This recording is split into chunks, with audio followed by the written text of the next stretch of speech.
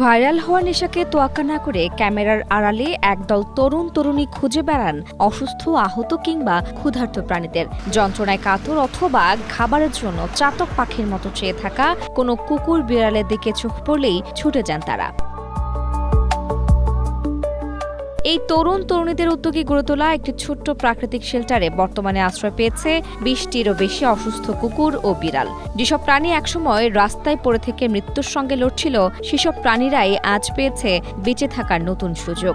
আর এই সার্বিক বিষয়ে পশুপ্রেমী জেসমিন নাহার জবার সঙ্গে কথা হয় এশিয়া পোস্টের। তিনি শোনান নানা জানা অজানা গল্প। এই কাজটা করতেছি আমি দীর্ঘ 10 বছর থেকে। জেলার বিভিন্ন জায়গায় কেউ যদি ফোন দেয়, যোগাযোগ করে, গ্রাম অঞ্চলে যেখানেই হোক, হচ্ছে যে আমি ছুটে যাই তাদের ট্রিটমেন্ট করার জন্য, তাদের দেখাশোনার জন্য, তাদের খাবারের ব্যবস্থা করার জন্য। এই কাজ করতে গিয়ে অসংখ্যবার কুকুর বিড়ালের আমি কামড় খেয়েছি, তারপরেও আমি থেমে থাকিনি।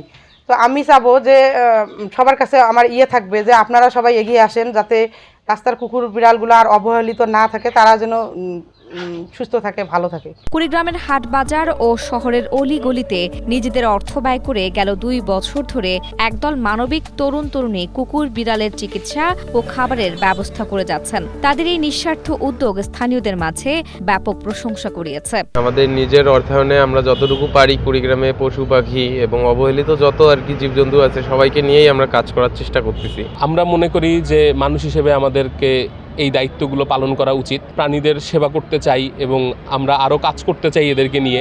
একদিন পুরো বিশ্ব প্রাণীদের জন্য নিরাপদ আশ্রয় হিসেবে গড়ে উঠবে, এমনটাই চাওয়া এই তরুণ তরুণীদের। আফরোজা দিবা, এশিয়া পোস্ট।